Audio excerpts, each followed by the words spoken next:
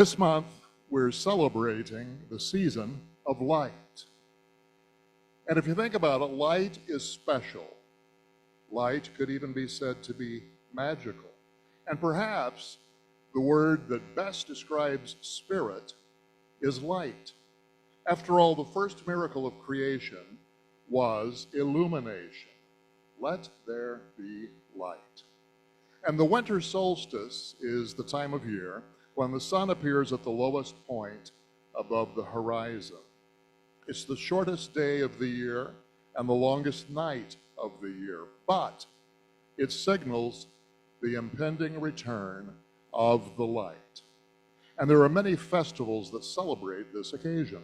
Diwali is the Hindu festival of lights, and it symbolizes the victory of light over darkness, good over evil, and knowledge over ignorance. And in the lead up to Diwali, celebrants prepare by cleaning, renovating, and decorating their homes and workplaces. Revelers wear their finest clothes, illuminate the interior and exterior of their homes with oil lamps or candles, light fireworks, and partake in family feasts where gifts are shared. Today, December 8th, is known to Buddhists as Ruatsu, which celebrates the day that the Buddha achieved enlightenment, said to be the morning of December the 8th. And enlightenment, of course, means attaining spiritual knowledge or insight. Christmas is a holiday that very much involves light, from the Bethlehem star to lighted trees to elaborate displays in businesses and in parks, and simpler lights, such as the candles for the Advent wreath. Hanukkah is an 8-day celebration that's also known as the Festival of Lights, which honors the heroic efforts of the Jewish people to defend their right to worship God in their own way without interference.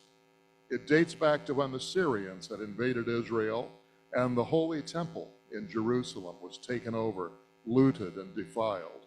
And when a band of Jews rose up to overthrow the Syrians, they discovered that the holy consecrated oil that lit the eternal temple flame had been defiled.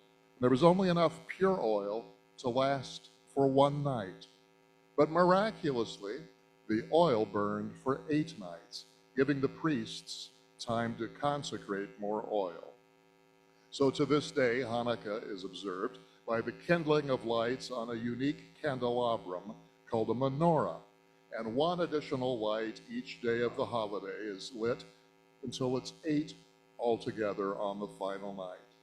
And these are just a few of the holidays based on illumination.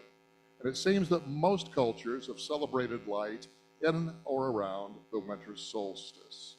Now, light has some interesting definitions. Light is anything that illuminates, such as a lamp or a candle, anything that allows the entrance of light, such as a window, mental understanding or spiritual insight. A person who's considered to be a leader or authority can be said to be a spreader of light. A bright facial expression, especially a sparkle in the eyes. And when we say see the light, we're referring to gaining insight or understanding into something, to experience perhaps a religious conversion or a change for the better, as in he finally saw the light. Straighten out, improve, reform, to abandon a negative way of life and adopt a positive one.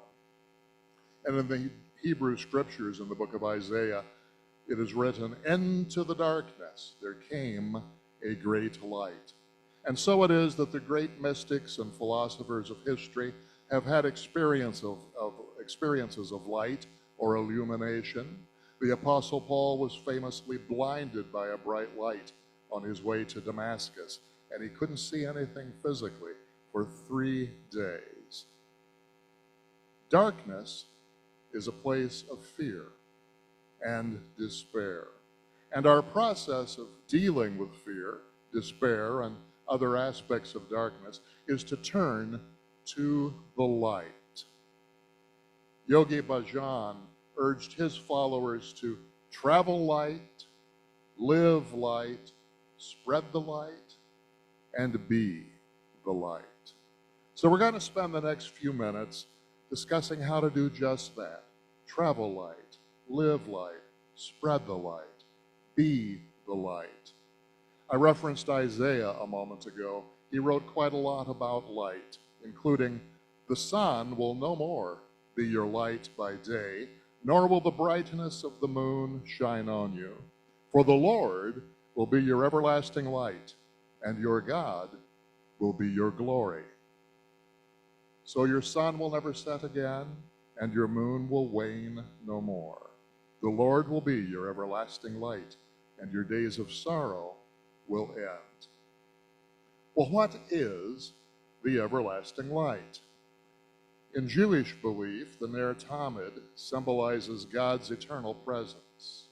And in Christian belief, the everlasting light refers to the Christ consciousness, the awareness of our divine nature.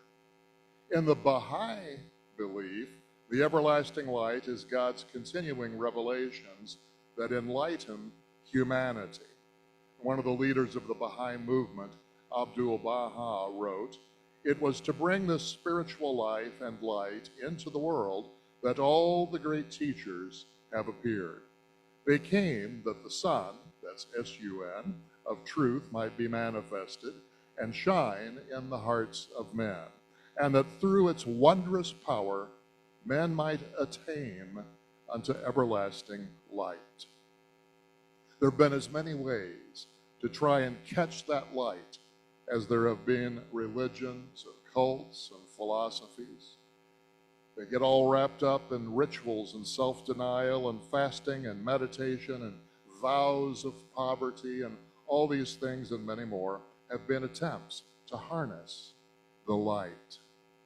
But our founder, Ernest Holmes, simplified all this and had a much more direct approach when he said that treatment, referring to affirmative prayer, treatment opens up the avenues of thought, expands the consciousness, and lets reality through. It clarifies the mentality, removes the obstruction of thought, and lets in the light. And treatment, or affirmative prayer, does all this by allowing the light to shine. Allowing the light to shine, not by fighting conditions. Ernest Holmes pointed out that it's futile to try to battle with darkness, because the more we wrestle with darkness, the more we stay in the blackout. And he explained this as follows. Thought, which is built on a realization of the divine presence, has the power to neutralize negative thought, to erase it, just as light has the power to overcome darkness, not by combating darkness, but by being exactly what it is, light. Light lets us see all the beautiful things that are invisible in the dark. Light lets us see faces, flowers, oceans, paintings, and even people's hearts. Light lets us see what is worth having, what is worth being, and what is not. In the light, we see our true selves, not the surface, not the circumstances, not what others have told us about ourselves, but our true selves. And once we see our true selves, we can help others put things in perspective. We can help others see the beauty that is in them, around them, as them. Ernest again. The real self is God-given and cannot be denied. It is the place where God comes to a point of individualized and personified expression. And then he quoted Jesus as saying, "I am the light of the world." Well, that is your real self. You are the light of the world. And if you think that's sacrilegious, it's actually what Jesus taught. He said, "You are the light of the world. A city that is built on a hill cannot be hid. Neither do men light a candle and put it under a basket, but on a candlestick. And it gives light unto all that are in the house. So let your light so shine before men that they may see your good works and glorify your Father which is in heaven. Now the Aramaic word, Aramaic being the language that Jesus spoke, the Aramaic word for light is nura, which also means teaching, enlightenment, brilliance, and intelligence. And the Torah was said to be the light, and God's presence was referred to as a light. During Jesus' time as a rabbi, Israel's light was buried under so many empty rituals and man-made rules that no one could see it. So the entirety of Jesus' teaching was that outward observances generate no light. The light is found within. It's as Elizabeth Kubler-Ross said, people are like stained glass windows. They sparkle and shine when the sun is out, but when the darkness sets in, their true beauty is revealed only if there is light from within. So faith, forgiveness, peace, justice, love, and purity of heart are the light of the human soul, and they are needed to shine in our world. And when they do, humanity sees that the kingdom of God, the kingdom of good, is here and now. The psychologist Carl Jung said, as far as we can discern, the sole purpose of human existence is to kindle a light in the darkness of our being. You know, we don't really see ourselves when the light is from without. We see ourselves when the light is from the inside out. And Edith Wharton told us that there are two ways of spreading light: to be a candle or the mirror that reflects it. So we have all the light we need. We just need to open the window and let it flow. We know that more light will be given as we use that which we have. As Ernest Holmes puts it, if we will have faith in ourselves, faith in others, faith in the universe and in God, that faith will light the place in which we find ourselves. And by the light of this faith, we will be able to see that all is good. And the light shed by this faith will light the way for others. We become conscious of the darkness only when we are without faith, for faith is ever the light of our day and the light on our way, making that way clearly visible to us, even when to all others it may seem beset with obstacles. So the way we let our light shine is by our actions, because other people can't read our thoughts. And other people may not even be all that impressed with our spoken words. It's what we do that counts. St. Francis of Assisi was quoted as saying, "Preach the gospel at all times, and if necessary, use words." That is, often the most powerful sermons are unspoken. When we have integrity and live consistently by our standards, people notice. When we radiate joy and happiness, they notice even more. That Jesus statement again, let your light so shine before men that they see your good works and glorify your Father which is in heaven. To which the evangelist Dwight Moody replied, we are told to let our light shine, and if it does, we won't need to tell anybody it does. Lighthouses don't fire cannons to call attention to their shining. They just shine. And so in that age-old battle of life between being good and doing good, we must remember that good is as good does. It's the difference between passing a person in need and saying, bless you, brother, and passing on your way, and stopping and saying, how can I help? Thinking, can't show anything to anyone. Only actions can show others the way. When I was growing up, I used to hear people say, "You may be the only Bible some people ever read." Well, I paraphrase that by saying, "You may be the only candle some people ever see." And as Ernest put it, if one sees only unloveliness in others, it is because unloveliness is a strong element in himself.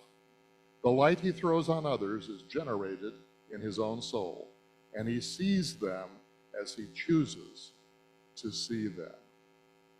Shining our light is not about showing off or spiritual strutting or swaggering. Shining our light is the only way we can really help others.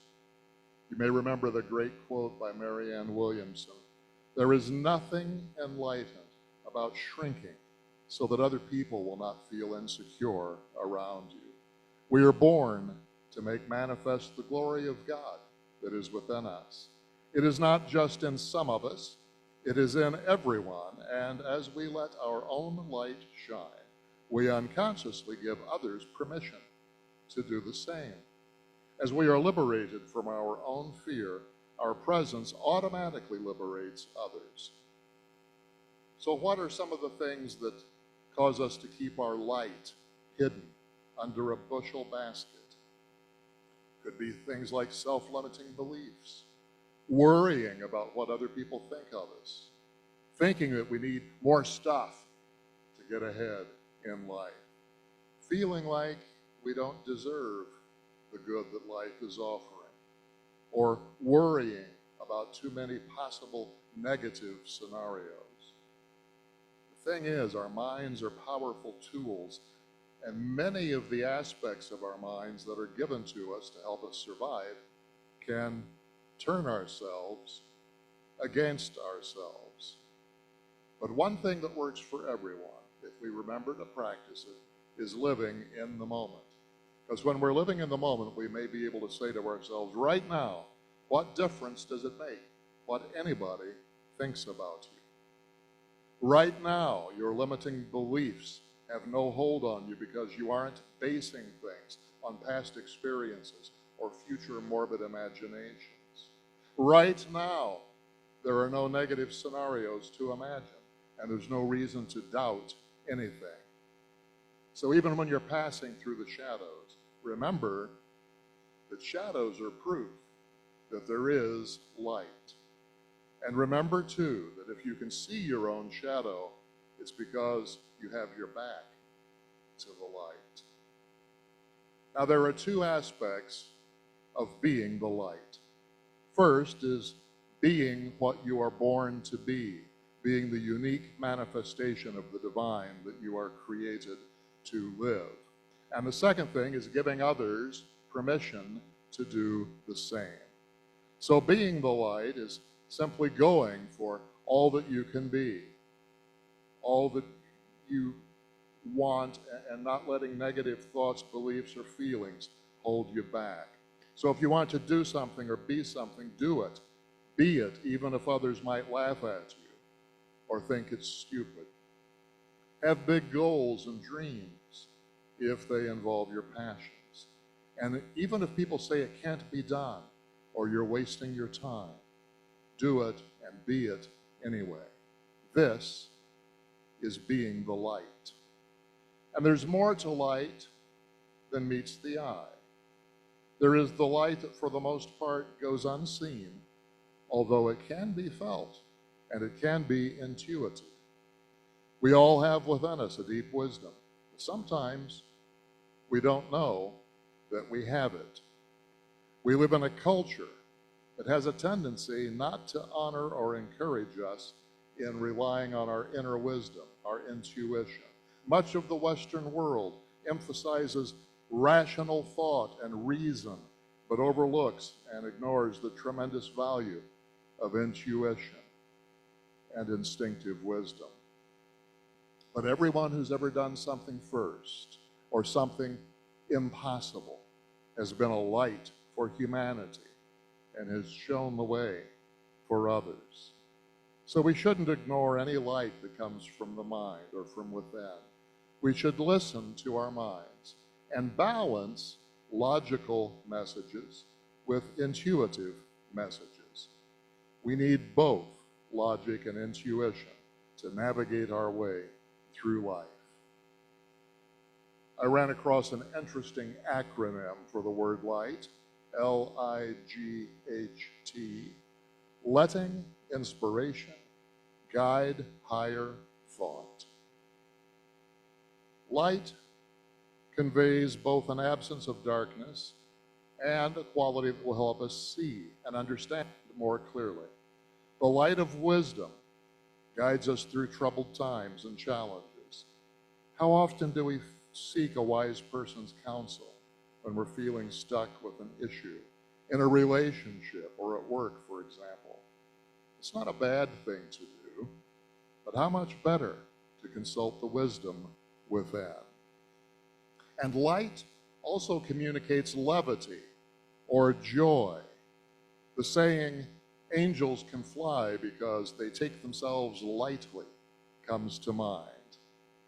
A light heart is wise, not held down by heavy emotions and thoughts of doom or despondency. The people who are light by nature laugh easily and take life as it comes. They do not dwell on life's downturns. And the second aspect of being the light is to give others permission to be their light. So as an act on its own, simply being the light in your own life will give permission to others to see that they can do that in theirs. Just shining the light or being the light is always making a difference in the world. So don't discourage people. If someone comes to you with their crazy idea, don't shoot them down. Support them. Be non-judgmental and encouraging, because you never know when their crazy idea will be the next great light, showing others how to do the impossible. And even if you can't bring yourself to be gung-ho about their idea, you can at least give them the benefit of your warmth, your support, and your best wishes. And remember that some people don't want advice. Just because you're making a successful go of your life, that doesn't give you permission to impose your reality on the lives of others. When people are ready to make a change, their lessons will unfold, their light will shine. And when someone's flame is flickering or sputtering in the winds of anxiety, adversity, or affliction, do your best to be their light. Their flame will eventually begin burning brightly, but until then, try to be the light that they may need. And since we never really know what another person is experiencing, we must keep our own light strong with patience in our interactions. We get impatient when people don't meet our expectations. So work with them, see the light, be their light. When people fail to see things in the way we expect them to, reconcile with them, see the light, be the light. If someone struggles to keep up, acknowledge their pace, see the light, be the light. Through our daily spiritual practice, we can see the light, and through our actions, we can be the light. If you, like me, were raised in Sunday school, you may have had this little ditty that they sang all the time. This little light of mine, I'm gonna let it shine. Well, they got the let it shine part okay. The problem with the song is this little light. There's nothing little about our light. Remember the Isaiah saying, into the darkness there came a great light. So we need to spread our light every minute of every day. There'll never come a time when we're incapable of being the light. That includes death. Death is not extinguishing the light. It's only putting out the lamp because the dawn has come. So it does no good to sit in a dark room and complain that we can't see. We need to turn on the light. It's not productive to say, I turned on the light yesterday. Yesterday's light does us no good. Just as we can't borrow someone else's light, we can't borrow yesterday's light. It's possible that you've listened to this talk and you're saying to yourself, well, I'm just me. I certainly can't see that I have any light to share with anyone. I'm too old, too socially awkward, not bright enough, not smart enough, not perfect enough. Well, even if all that were true, and I assure you it's not, but even if it were, it's not about your idea of being perfect. Listen to these lyrics by Leonard Cohen. Ring the bells that still can ring. Forget your perfect offering. There is a crack in everything. That's how the light gets in. Well, I'm going to paraphrase that bit. Ring the bells that still can ring. Forget your perfect offering. There's a crack in everything. That's how your light shines out. As humans, we may have our cracks, but we know that we are more than body. We're also spirit, bearing the divine light within. The divine light is that part of us that connects directly with our Creator. We are called to join in this divine connecting love by being the light and seeing the light. So let's keep our light burning brightly so that those around us can see the unlimited potential for good that we are accessing and then decide to accept it for themselves. We may be surrounded by a great darkness, and too often we may have been part of that darkness. But waiting to come into the darkness is a great light, and you can help that happen. Are you ready to shine? See the light, be the light, shine it bright, your own way. Namaste.